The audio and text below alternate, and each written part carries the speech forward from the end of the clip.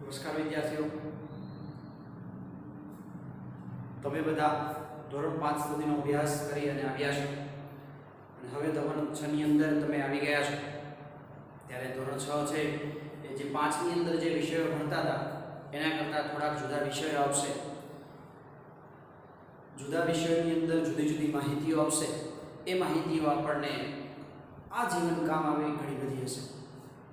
એમાં એક વિષય તરીકે એક સામાજિક વિજ્ઞાન વિષય એ તમારા માટે નવો છે. આમ એ વિષય અત્યાર સુધી આપણે જે આસપાસ ભણ્યા, આપણી આસપાસ, સૌની આસપાસ, એ નવાના થોડાક અલગ પડતા બાબતોનો એક વિભાગ છે, બાબતોનો વિષય છે એ સામાજિક વિજ્ઞાન.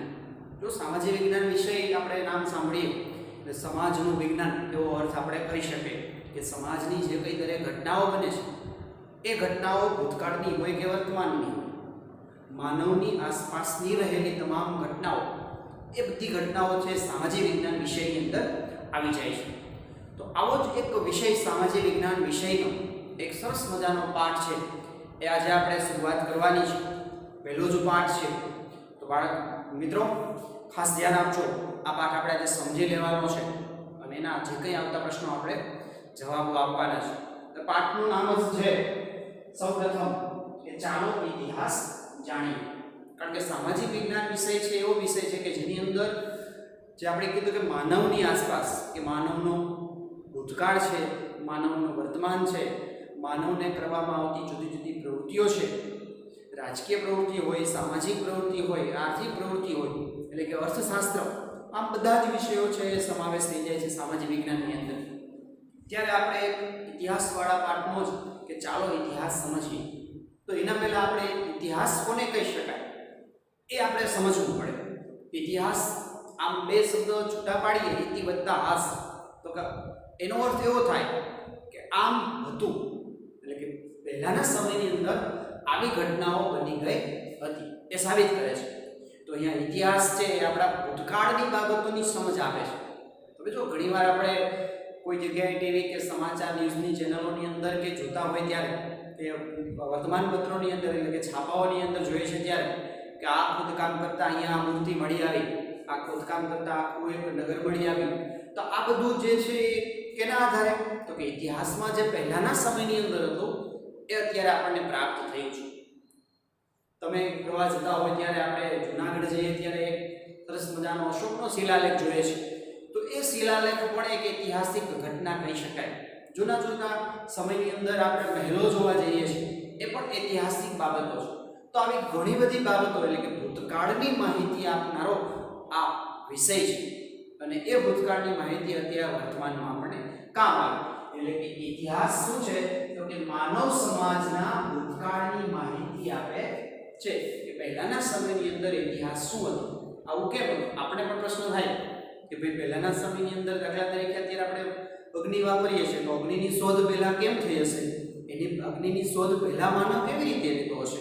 આપણે જાણીએ છીએ કે આપણે બધા જ જે માનવ એ ધીમે ધીમે વાનર છે એમાંથી બદલતો અત્યારે જે માનવ છે એ અસ્તિત્વમાં આવ્યો. તો એ સમયની અંદર એની પરિસ્થિતિ કેવી હતી બધું શેના આધારે ખબર પડે?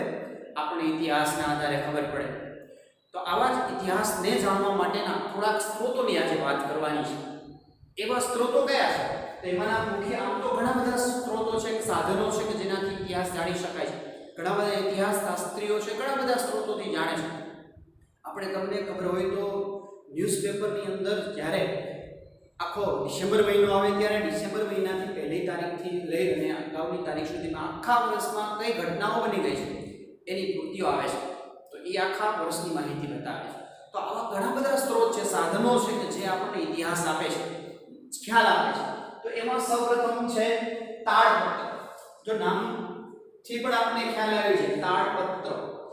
પત્ર એટલે આખો કોઈ એવો પત્ર હોઈ શકે, કાગળ આપણે એમ કહી શકીએ કે મોટો બધો હોઈ શકે. તો અહીંયા તાળપત્ર જો એની અને બીજો એક છે ભોજપત્ર. તો આપણે એની વ્યાખ્યા જ તાળપત્ર કોને કહેવાય?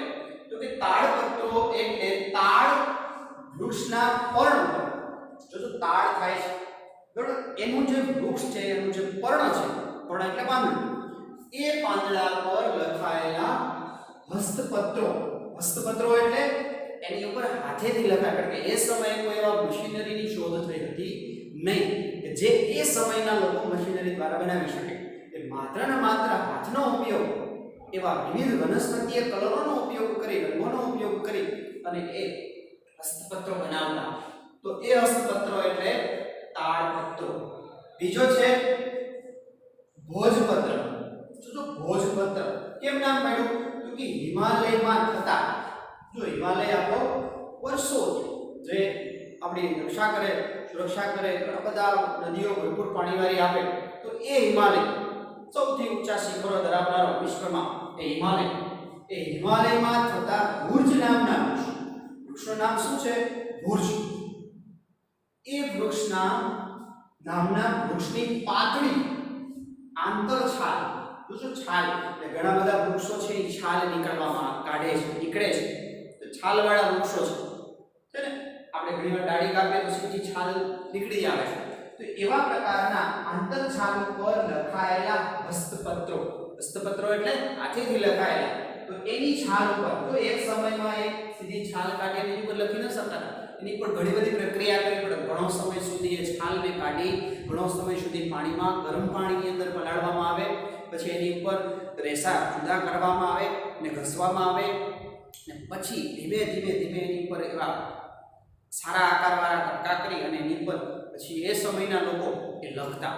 એટલે જેનાથી આપણને એ હસ્તપત્રો છે એટલે એની પર જે કંઈ લખાયેલું છે એનાથી આપણને એ સમય માનવ જીવન કેવું હતું, એ સમયના રાજાઓ કેવા હતા, એ સમયના એ જુદા જુદા પ્રજાજનોના પોતાના કામ કેવા હતા, એ બધાની માહિતીનો ખ્યાલ આપણને આ તાડપત્રો અને ભોજપત્રો દ્વારા પ્રાપ્ત થાય છે. તો આપણે સૌપ્રથમ જૂનામાં જૂનો સ્ત્રોત, હાલ હજી પણ આવા તાડપત્રો અને ભોજપત્રો છે એ આપણે જુદા જુદા આપણા જે સંગ્રહાલયો છે એની અંદર સચવાયેલા છે. તો એ સંગ્રહાલયોની અંદર આપણે આની માહિતી પણ જઈ અને જોઈ શકીએ છીએ. બીજું છે આપણા માટે જાણવાનો સ્ત્રોત તો કે અભિલેખ. જો લેખો શબ્દ આવ્યો, લેખ શબ્દની ઘણું બધું એમાં લખાયેલું છે. શિલાઓ, શિલાઓ એટલે મોટો બધો એક સરસ આખી મોટી શિલા જેને આપણે પથ્થર કહીએ મોટો, અથવા પથ્થરો પર કોતરેલા, જો એની પર લખાતું નથી એને કોતરવામાં આવે છે. આપણે ઘણીવાર કોઈ જગ્યાએ મકાન બાંધકામ મોટું બધું મંદિર બનાવેલું હોય ત્યાં કોતરી અને લખવામાં આવે છે. એ રીતે કોતરાયેલા કે લખેલા લેખ, લેખ એટલે ઘણું બધું માહિતી એમાં લખાયેલી છે. એવું જ આપણા માટે ઉત્તમ ઉદાહરણ છે.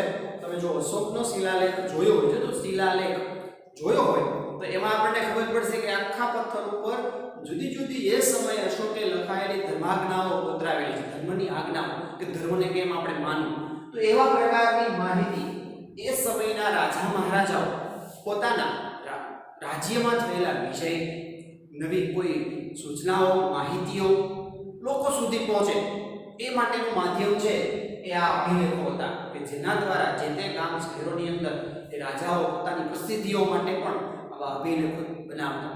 તો એવા અભિલેખો આપણે એની અંદર લખાયેલી લિપિના આધારે એ રાજાની માહિતી આપણને પ્રાપ્ત થાય છે. તો આપણા માટે મહત્વનો બીજો સ્ત્રોત છે અભિલેખો છે. ત્રીજો આપણા માટે ઇતિહાસ જાણવાનો સ્ત્રોત છે તામ્રપત્ર. જોજો તામ્ર, તામ્ર શબ્દ એવો તો આપણે એને તાંબુ કહી શકીએ ને. તો એ તાંબાપત્રો કેવા? તો કે તાંબાના પતરા ઉપર કોતરીને લખવામાં આવતું લખાણ એટલે તામ્રપત્ર. એને કોતરીને એટલે એની પર કાણા પાડીને એની પર માહિતીઓ મૂકીને, બરાબર, એક સમય મોટું બધું એ બનાવી અને એની પર કોરવામાં આવે છે. ડિઝાઇનો કે જે આપણે અત્યારે જોઈએ છે કે બજારમાં એવા ઘણી વસ્તુઓ મળે છે. તો એવી રીતે અહીંયા કાણા પાડીને કોતરી ડિઝાઇન બનાવે, એવી જ રીતે અહીંયા તાંબાના પતરાઓ પર કોરી અને લખાવેલા હોય છે તામ્રપત્ર. આ સમયે રાજા મહારાજાઓ જે પોતાના ધર્મને ફેલાવવા માટે, પોતાની પ્રજાની સુખાકારી માટે દાન આપતા, ત્યારે દાન આપવા માટે એ આ તામ્રપત્રનો ઉપયોગ કરતા. આપણે ગુજરાતીની અંદર એક સરસ મજાનો પાઠ આવે છે. પાઠની અંદર વીર ભામાશાની વાત આવે છે કે ભામાશા એ સમયે પાટણ ઉપર પડેલા જે દુકાળની પરિસ્થિતિમાં એને તામ્રપત્રો છપાવીને પોતાની બધી જ વખારો છે એ સમયના રાજા વિશળદેવને એ આપેલી હતી. તો આવા ઘણી બધી પ્રસિદ્ધિ માટે એ સમયે તામ્રપત્રો લખવામાં આવતા. તો એ પણ મહત્વનો આપણા માટે ઇતિહાસ જાણવા માટેનો સ્ત્રોત હાજી હાલ પણ આવા તામ્રપત્રો આપણી જે એલડી જે ઇન્સ્ટિટ્યૂટ છે અમદાવાદની અંદર ત્યાં સચવાયેલા છે, જૈન આરાધના કેન્દ્ર છે ત્યાં સચવાયેલા છે, એ હેમચંદ્રાચાર્ય જે આ કેન્દ્ર છે પાટણમાં આવેલું ત્યાં પણ સચવાયેલા છે. તો આવા તામ્રપત્રો એ આપણને ઇતિહાસ જાણવાની અંદર ખૂબ મહત્વનો ફાળો આપે છે. આ સિવાય પણ ઘણા સ્ત્રોતો છે. હવે એમાંનો એક સ્ત્રોત આપણે ભણવાનું છે સિક્કાઓ. તો સિક્કાઓ આવે એટલે આપણને ખબર છે કે આપણી પાસે અત્યારે હાલ ભારત સરકારે છપાયેલા સિક્કાઓ આપણે જોઈએ છે. તો તમારા ધ્યાનમાં આવ્યું હોય કે સિક્કાઓની અંદર જે સમયે છપાયેલો હોય ત્યારે એની અંદર સાલ લખેલી હોય, એમાં કોઈ ચિત્ર અંકિત કરેલું હોય. તમે જો આપણા કોઈ માનો કે આપણા ભારતના એવા ધર્મવીરો છે, આપણા ભારતના એવા ક્રાંતિકારીઓ છે, તો ભારતને પલટાવનારા વ્યક્તિઓ છે, એના માનમાં સિક્કાઓ છપાય છે. તો એ સિક્કાઓ એ વ્યક્તિની ઓળખ આપે છે, એ પ્રસિદ્ધિ અપાવે છે. એવી જ રીતે જૂના સમયની અંદર પણ આપણે ત્યાં સિક્કાઓ છાપવામાં આવતા. કેવા? તો કે ઈસવીસન પૂર્વે, જોજો ઈસવીસન પૂર્વે 5મી સદીના પંચમાર્ક સિક્કા મળી આવ્યા. એટલે આપણે એ સમયે ઈસુના જન્મ પહેલાની 5મી સદી સુધી એટલે એમાં 100 વર્ષ, 100 વર્ષ એટલે 500 વર્ષ, બરાબર? તો એટલા વર્ષ પહેલા આપણે ત્યાં આ સિક્કાઓ મળી આવ્યા છે. પંચમાર્ક એટલે શું? પંચમાર્ક એટલે કોઈ એવા દીવો બનાવી જેને આપણે દાખલા તરીકે મૂર્તિકાર છે, મૂર્તિ બને છે ઘણીવાર, બરાબર? તો ઘણીવાર એ એટલે છાપવી પડે છે માટી વચ્ચે રાખી, અને પછી એનો રસ છે એની અંદર રાખી અને મૂર્તિનો આકાર સરસ મળી જાય. એવી જ રીતે એ સમયે પ્રાચીન સમયમાં એવા સિક્કાઓ જે પંચમાર્કના સિક્કાઓ બનાવવામાં આવતા, એ સિક્કાઓ આપણે ત્યાં મળી આવ્યા છે. એના પછીના જે રાજા મહારાજાઓ આવ્યા, બરાબર, ગ્રીક લોકો છે એ જૂના સમયના સિક્કાઓ માનવામાં આવે છે. આપણે ત્યાં આવેલા થઈ ગયેલા જુદા જુદા યુગો, ગુપ્ત યુગ છે એ સમયની અંદર, મૌર્ય યુગ એ સમયની અંદર પણ આપણે ત્યાં સિક્કાઓ આ બનાવેલા હતા. અને એના પછીના જે અને સિક્કાઓ એ આવતા ગયા અને લોકો છે એ ઉપયોગ કરતા ગયા. તો આવા સિક્કાઓ પણ પ્રાચીન સમયના આપણને ઇતિહાસ જાણવાના એક મહત્વના સ્ત્રોત તરીકે આપણે જાણી શકીએ. તો આમ આપણા મહત્વના ઇતિહાસ જાણવાના સ્ત્રોતો, સાધનો, તાળપત્રો, ભોજપત્રો, અભિલેખો, તામ્રપત્રો અને સિક્કા.